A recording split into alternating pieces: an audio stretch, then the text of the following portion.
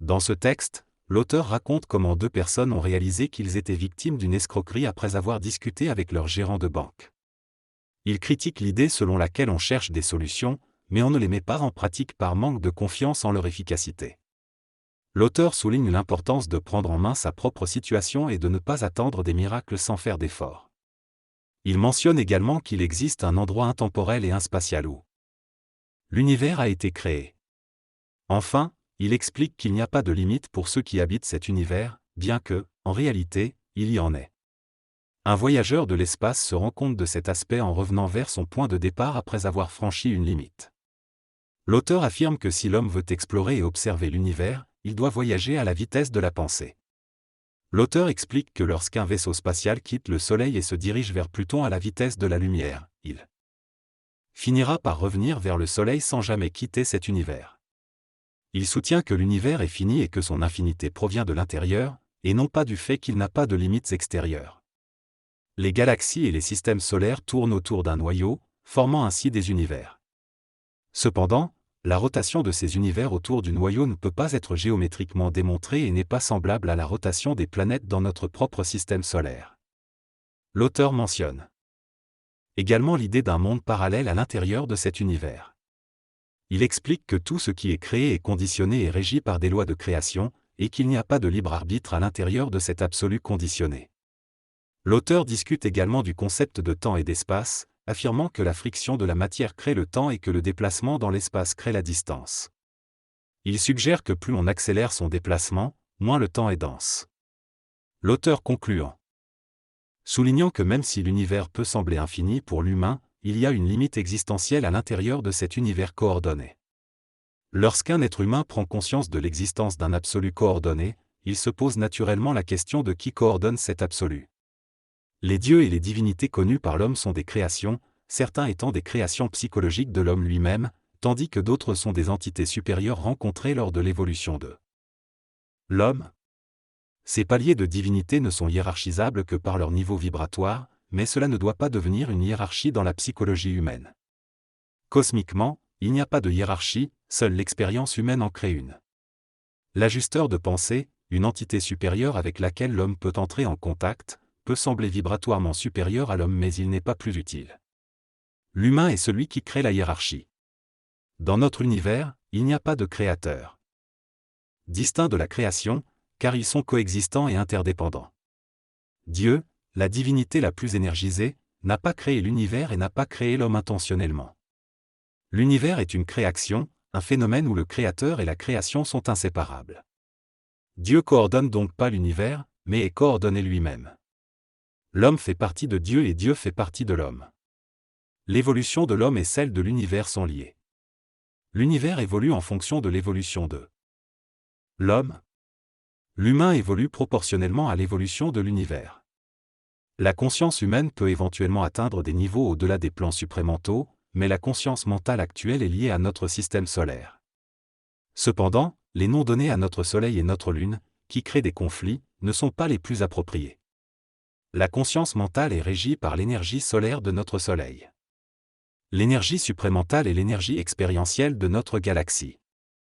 Est-ce que l'énergie bouddhique est celle de notre univers? Au-delà se trouve l'absolu inconditionné. L'énergie mentale est liée à notre système solaire, tandis que l'énergie supramentale est liée à notre galaxie.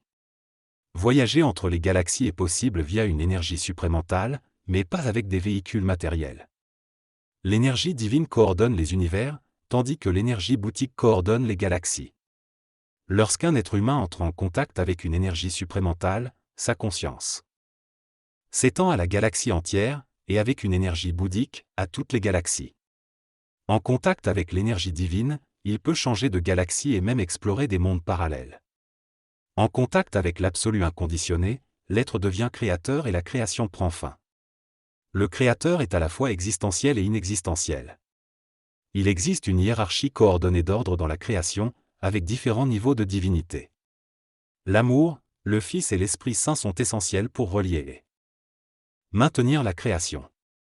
La Trinité se manifeste également à l'échelle de notre planète, avec le corps physique, le corps vital, le corps astral et le mental. Le mental permet à l'humain de s'inclure dans l'évolution du système solaire.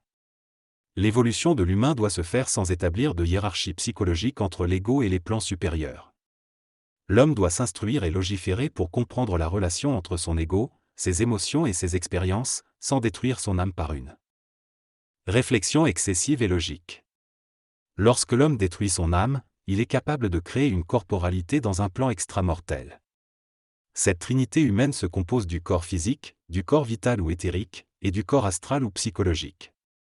Pour rechercher Dieu, il faut se regarder dans un miroir car Dieu le Père est le corps physique. Le Fils est le corps vital, qui retient les molécules ensemble par l'amour et l'attraction. L'Esprit Saint est le corps astral, la psychologie est la relation d'existence.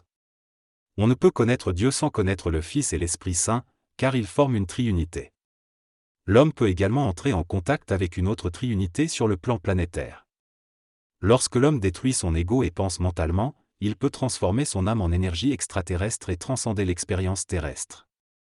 La moralité, la religion, l'enseignement et les lois ont contribué à l'évolution anégoïque de l'homme. L'ego n'est plus un frein à l'évolution, car il est placé différemment dans la société d'aujourd'hui. L'auteur parle de l'évolution de l'humain et de la création, affirmant que l'évolution de contrôle chez l'humain oblige le mental à s'exprimer de différentes manières. Lorsque l'homme travaille sur son ego, cela libère de l'énergie vitale et permet de constituer l'enveloppe de l'âme. Plus l'ego grandit, plus il accumule d'expérience, ce qui peut épuiser le niveau vital ou physique. Cependant, supramentaliser l'ego permet de réguler l'expression émotive et de libérer un potentiel d'énergie vitale, conduisant à moins de fatigue et de maladie. L'énergie supramentale attire l'ego lorsqu'il ne résiste plus. Elle crée une forme ou un moule où la personnalité peut trouver refuge lorsque le corps physique ne peut plus supporter l'évolution de l'entreté. L'énergie spirituelle est appelée énergie supramentale et peut être associée à l'énergie bouddhique et divine.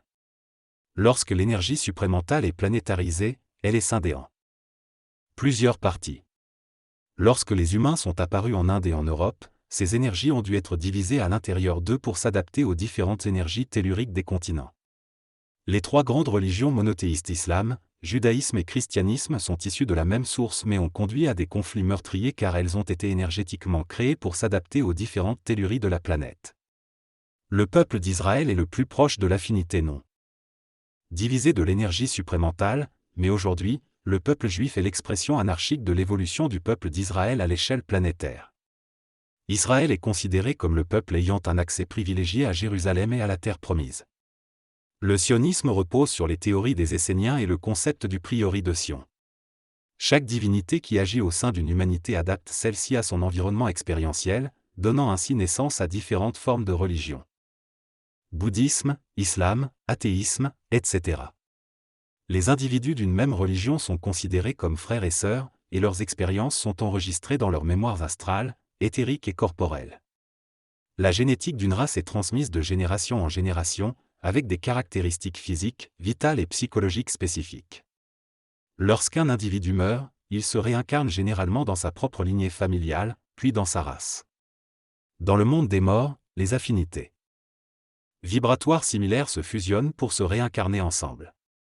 L'évolution individuelle consiste à revenir vers soi et vers le divin. L'énergie supramentale s'est divisée en plusieurs milliards de portions pour pouvoir être intégrée par la Terre et ses habitants, créant ainsi des frères et des sœurs énergétiques. À mesure de l'évolution, le nombre de frères et de sœurs augmente.